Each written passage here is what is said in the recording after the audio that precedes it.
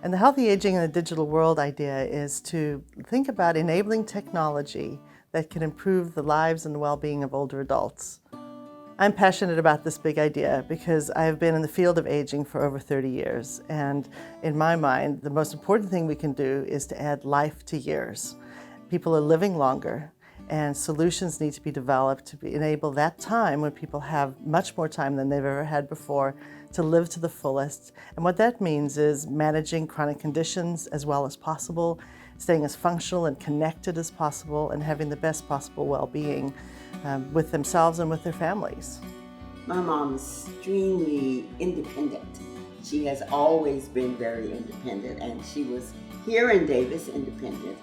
And then last year she got ill, and we've been just doing everything we can do to keep her here because she loves living in her own space. That is the most difficult thing because I don't think people know that it costs from $5,000 to $6,000 to $7,000 to have care in your home.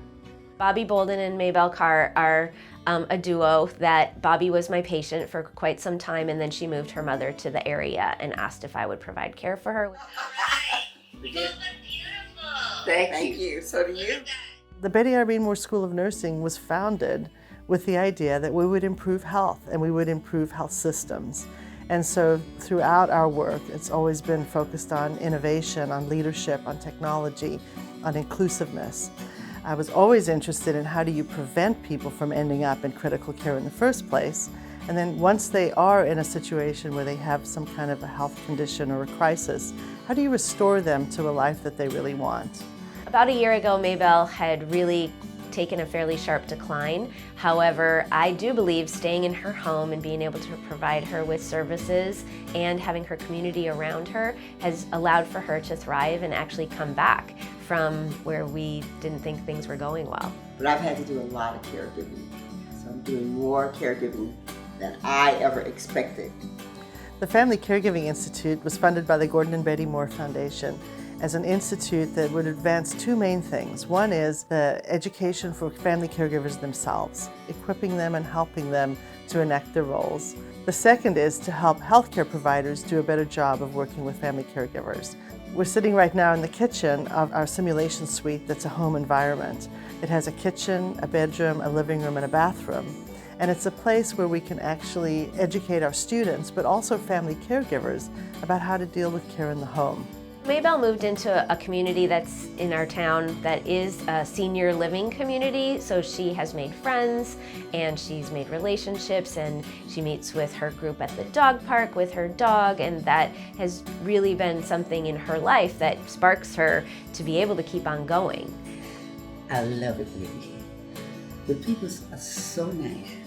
Telehealth is a critical part of this big idea. It's one of many of the enabling technologies that we're thinking about. And telehealth is really about connecting people over in a virtual way so that you can actually have conversations that are helpful. Technology has the potential to actually create greater access because you can be in a small rural community in Northern California and have access to state-of-the-art psychiatric treatment, for example. My mom did everything for me. She allowed me to be myself, to do things I wanted to do. She encouraged me to follow my dream, to do anything I wanted to do. Even when I said, I want to go away to college, we didn't have money, but she said, yeah, you can do that. UC Davis is uniquely poised to do this. I've been thrilled from the beginning at the extent of collaboration and the diversity of opinion on this campus.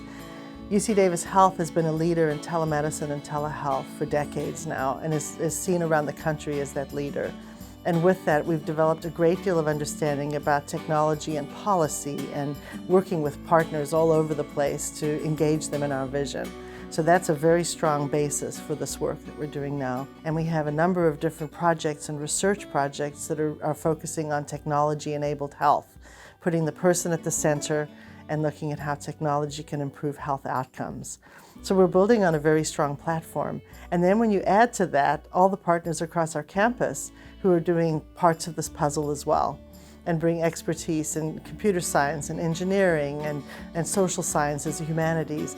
All of those pieces all come together to weave to a really exciting future. My kids thought my mom could do anything. And so for me to see her ill, and for them to see her ill is really different. Donor support enables us to bring people together to collaborate.